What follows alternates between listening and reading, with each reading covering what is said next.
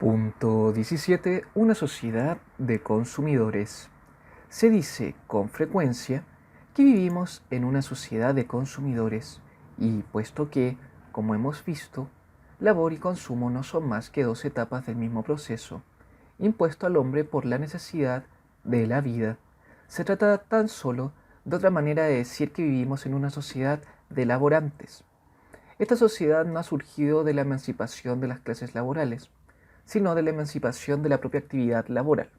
que precedió en varios siglos a la emancipación política de los laborantes. La cuestión no es que por primera vez en la historia se admitiera y concediera a los laborantes iguales derechos en la esfera pública, sino que casi hemos logrado nivelar todas las actividades humanas bajo el común denominador de asegurar los artículos de primera necesidad y procurar que abunden. Cualquier cosa que hacemos se supone que la hacemos para ganarnos la vida. Tal es el veredicto de la sociedad, y el número de personas capaz de desafiar esta creencia ha disminuido rápidamente. La única excepción que la sociedad está dispuesta a conceder es el artista, quien, estrictamente está hablando, es el único trabajador que queda en la sociedad laborante. La misma tendencia a considerar todas las actividades como un medio de ganarse la vida se manifiesta en las actuales teorías laborales, que casi de manera unánime definen la labor como lo contrario de diversión. De ahí que todas las actividades serias, prescindiendo de sus frutos, se llaman labor, y toda actividad que no es necesaria para la vida del individuo o para la sociedad, para el proceso de la vida de la sociedad, se clasifica en la categoría de la mera diversión.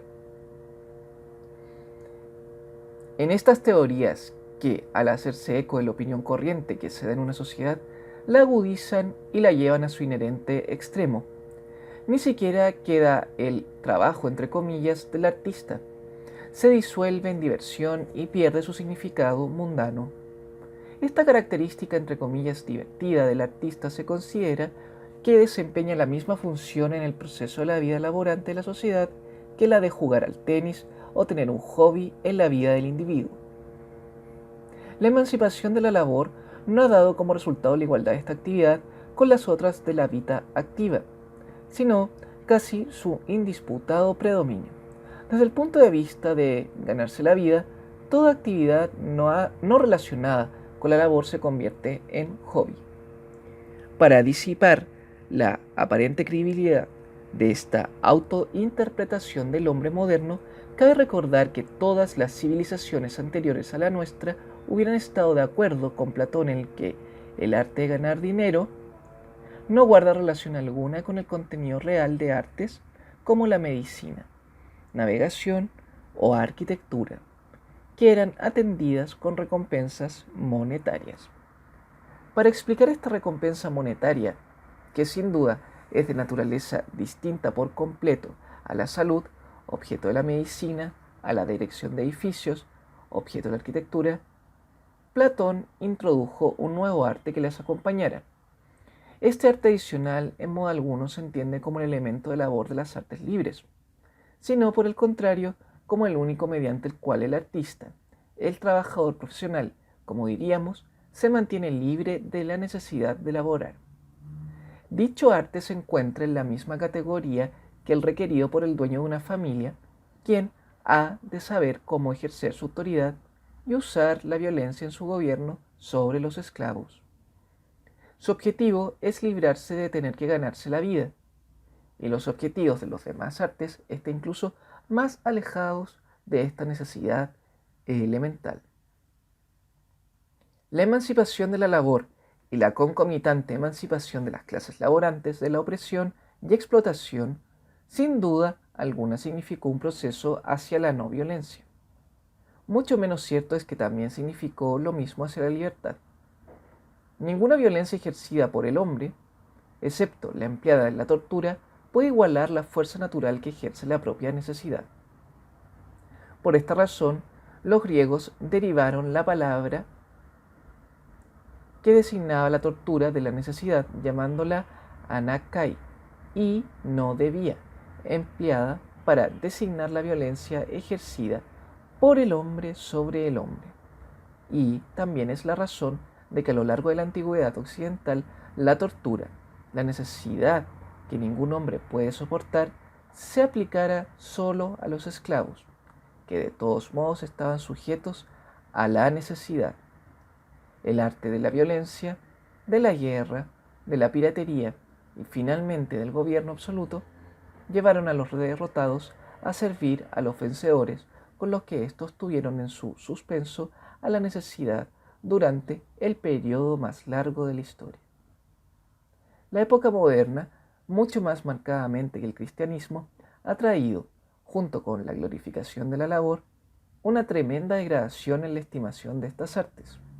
y un menor, pero no menos importante, decrecimiento en el empleo de los instrumentos de violencia en los asuntos humanos en general.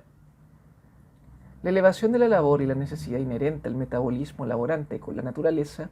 parecen estar íntimamente relacionados con la degradación de todas las actividades que surgen directamente de la violencia,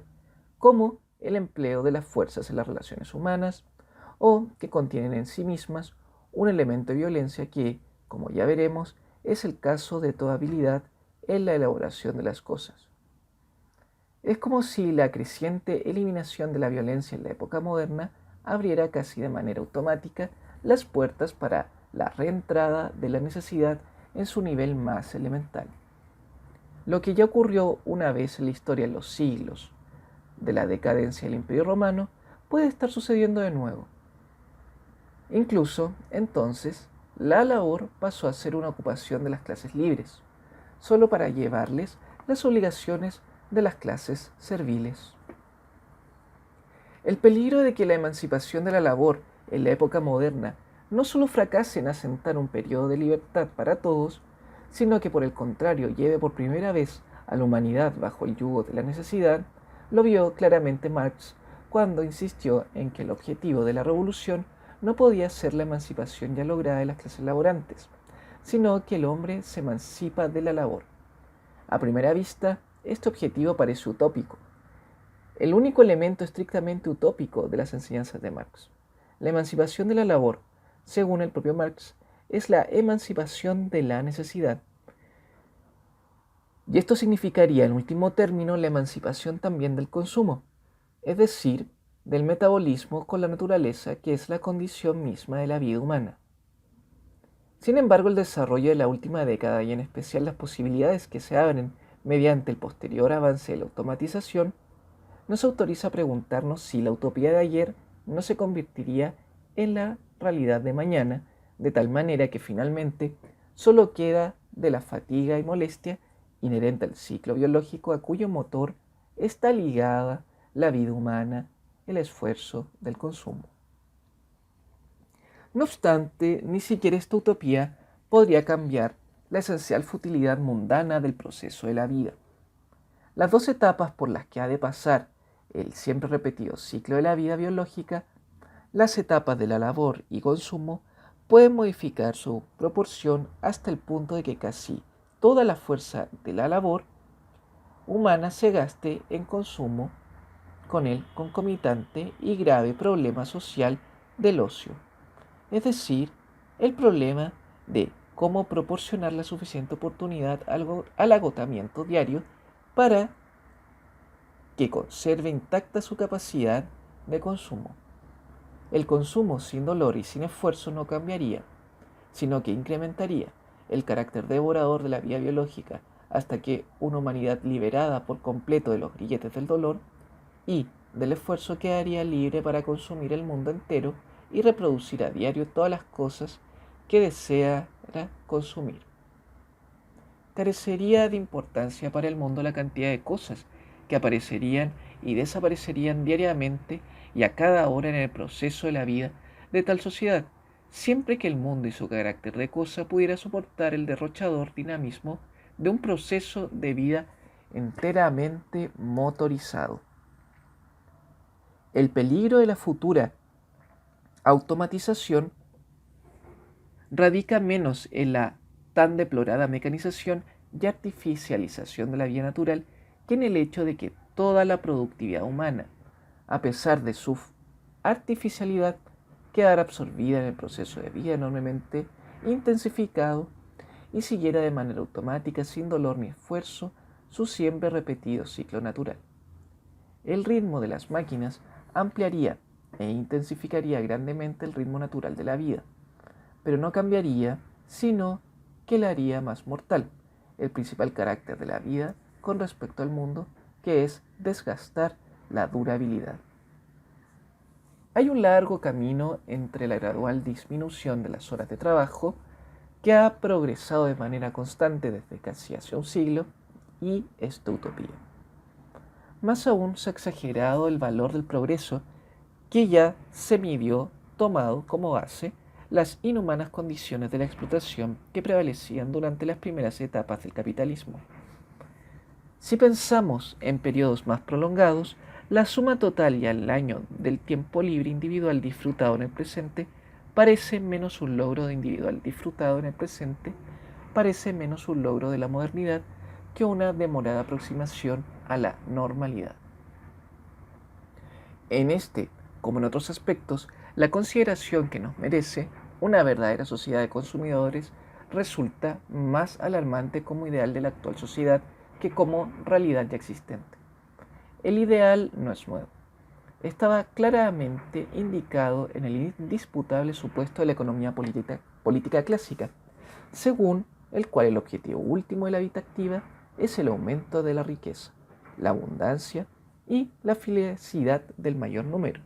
y que otro es el ideal de la moderna sociedad, sino el viejo ensueño de pobres y menesterosos, cuyo encanto dura solo mientras se mantiene como ensueño, de volver a la felicidad ilusoria en cuanto se realice dicho ideal. La esperanza que inspiró a Marx y a los mejores hombres de los varios movimientos obreros, de que el tiempo libre emancipará finalmente a los hombres de la necesidad y hará productivo al animal laborans, se basa en la ilusión de una mecanicista filosofía que da por sentado que la fuerza de la labor, como cualquier otra energía, no puede perderse, de modo que si no se gasta y agota en las pesadas faenas de la vida, nutre automáticamente a otras actividades, entre comillas, más elevadas. Sin duda, el modelo de esta esperanza de Marx es la Atenas de Pericles, que en el futuro, con ayuda de la incrementada productividad de la labor humana, no necesitaría esclavos para mantenerse y sería una realidad a pesar de eso. 100 años después de Marx, sabemos que ese razonamiento es una falacia. El tiempo de ocio del animal laborans siempre se gasta en el consumo, y cuanto más tiempo le queda libre, más ávidos y vehementes son sus apetitos. Que estos apetitos se hagan más adulterados, de modo que el consumo no quede restringido a los artículos de primera necesidad, sino que por el contrario se concentre principalmente en las cosas superfluas de la vida, no modifica el carácter de esta sociedad que contiene el grave peligro de que ningún objeto del mundo se libre del consumo y de la aniquilación a través de éste. La incómoda verdad de esta cuestión es que el triunfo logrado por el mundo moderno sobre la necesidad se debe a la emancipación de la labor, es decir, al hecho de que el animal laborans se le permitió ocupar la esfera pública. Y sin embargo, mientras el animal laborans siga en posesión de dicha esfera, no puede haber auténtica esfera pública, sino solo actividades privadas abiertamente manifestadas. El resultado es lo que llamamos un eufemismo, con eufemismo cultura de masas, y su enraizado problema es un infortunio universal que se debe, por un lado, al perturbado equilibrio entre labor y consumo, y por el otro, a las persistentes exigencias del animal laborans para alcanzar una felicidad que solo puede lograrse donde los procesos de agotamiento y regeneración de la vida, del dolor y de librarse de él,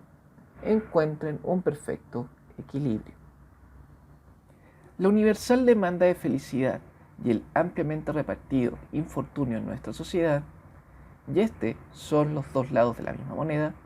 se encuentran entre las señales más persuasivas que hemos comenzado a vivir en una sociedad de labor a la que falta bastante actividad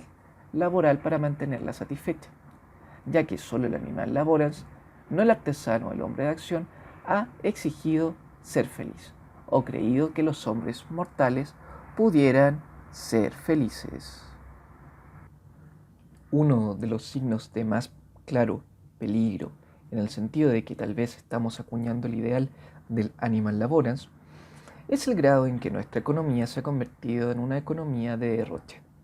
en la que las cosas han de ser devoradas y descartadas casi tan rápidamente como aparecen en el mundo, para que el propio proceso no termine en repentina catástrofe. Pero si el ideal existiera ya y fuéramos verdaderos miembros de una sociedad de consumidores, dejaríamos de vivir en un mundo y simplemente seríamos arrastrados por un proceso en cuyo ciclo siempre repetido las cosas aparecen y desaparecen, se manifiestan y desvanecen, nunca duran lo suficiente para rodear al proceso de la vida. El mundo, el hogar levantado por el hombre en la tierra y hecho con el material que la naturaleza terrena entrega a las manos humanas, está formado no por cosas que se consumen, sino por cosas que se usan. Si la naturaleza y la tierra constituyen por lo general la condición de la vida humana, entonces el mundo y las cosas de él constituyen la condición bajo la que esta vida, específicamente la humana, pueda estar en el hogar sobre la tierra. La naturaleza vista con los ojos del animal laboras es la gran proveedora de todas las cosas buenas que pertenecen por igual a todos sus hijos, quienes las sacan